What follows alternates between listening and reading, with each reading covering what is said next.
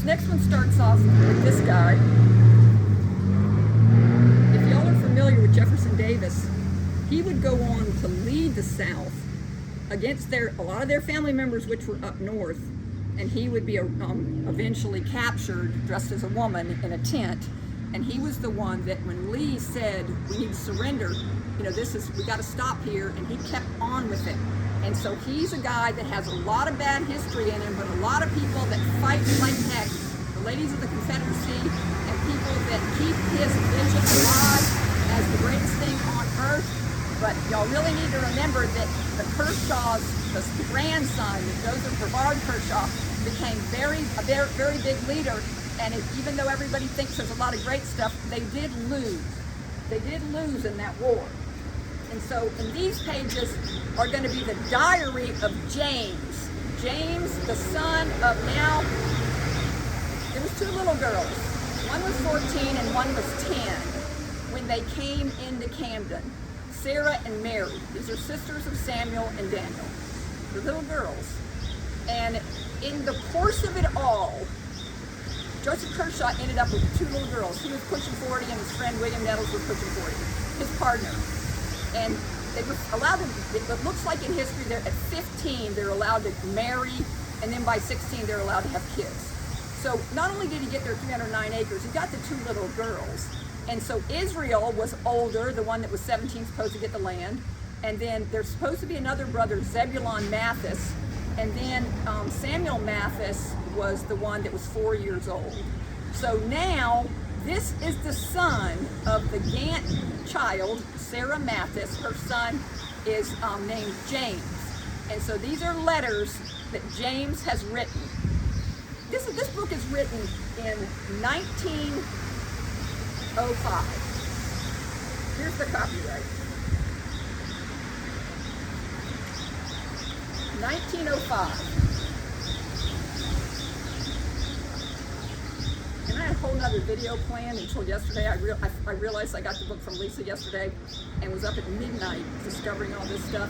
And I was going to tell y'all how I got kicked out of the military museum for asking questions and challenging the narrative of Joseph Kershaw and asking for what's called the Little Declaration or the Resolve. That is fascinating. The first thing that Joseph Kershaw ever sent to Charleston, but 5 months before the Revolutionary War ever started, they declared war. That was super interesting. I had a much different video, but this one, I want you guys to just, this will be quicker. And this is now the son, James Kershaw, of Sarah Gant Mathis, that family, the Gants and the Mathises, and Joseph Kershaw, that he was in his 40s and she was like 14 years old.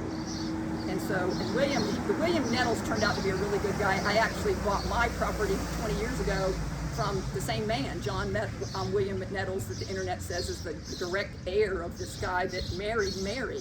And he turned out to be a good guy. He fought like heck against the family, against them taking the land, and he turned out to be somebody who was really horrified. There's a lot written about that. His family kept a lot of stuff. So anyway, in this section here of his letters, in this book from 1905, it shows what's happening 10 years later. After Samuel Mathis is whipping the slaves and chasing them, they run away and killing animals, because just watching every day you got to kill an animal. And so this guy here, 10 years later, is recording what's, I guess, the antebellum stuff that they've created. These guys, this is a wicked, super wacky thing to be able to see from 1905 written what they were creating. A man had stole the land, taken the little teenage girls at 40, and done all this. This is a man who created this person. And this person is crazy. Like, if you read all this stuff, it doesn't end. I mean, what's going on in the antebellum world of Camden at this time is, it's talking about the men are wearing wigs and their knickerbockers and all that kind of stuff. But I couldn't even highlight, there was so much of it. And I did want to say, it's just constant crazy stuff that goes on. You can look up that time period. I did want to say that General Gunn is in here visiting, and also General Wynn. And these are the guys that developed Winsboro. So they were the generals, Gunn and Wynn, and those are my kid's dad's family.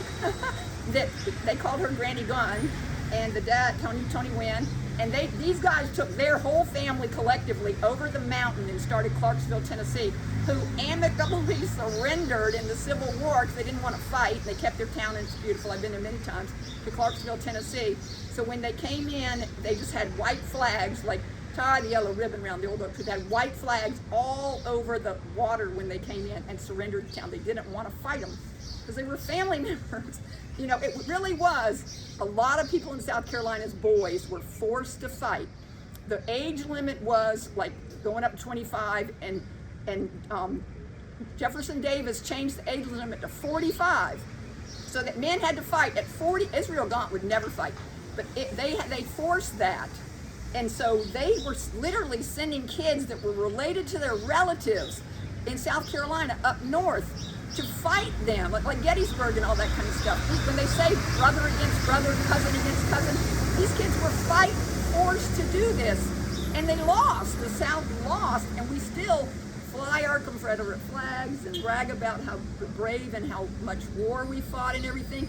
And they were, you can say they were brave, but they were forced, these kids were forced to fight. The early ones were volunteers, but as the years went on, which it lasted like for 4 years, y'all better pay attention. You know, they went to war and were forced to fight, and everybody knows how many of them died. So anyway, we're gonna stop on this video, and but that's what, if you get a chance to look up these all of this is online, and it's the letters of James Kershaw's diary, and then the next phase comes into the Civil War, which is it's exactly 100 years after Sophia died. Exactly to the day, 100 years later, is when the Civil War rolls around. And the Civil War is what I bought the guy's book that had the Civil War. And what he did, this is just the coolest thing ever. I don't know what that means. But the coolest thing ever is he's taken all headlines. Nothing's made up. He's taken all headlines for a 4-year period from Camden, and he's chronologized the word, whatever, in chronological order.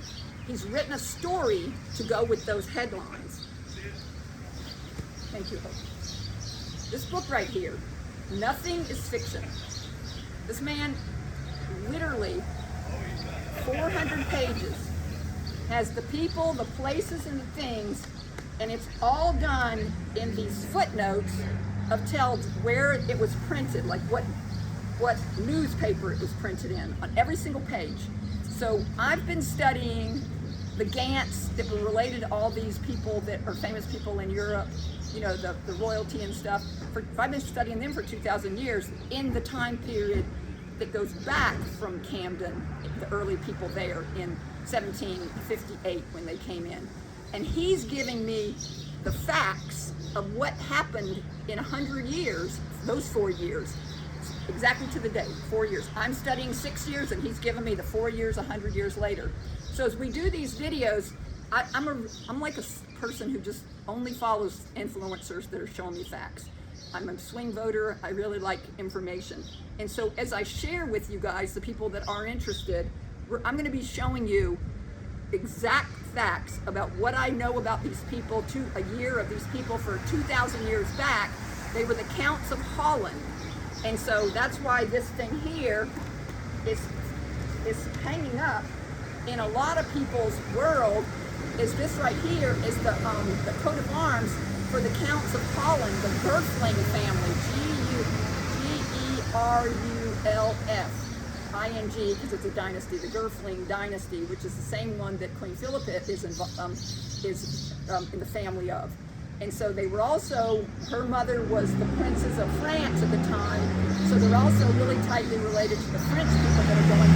I don't know if y'all know this, but nobody that's ever ruled England has been an English person.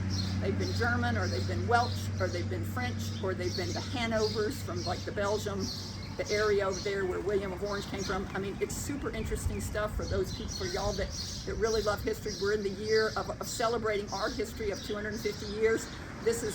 It could not be closer to our 250 year ago history.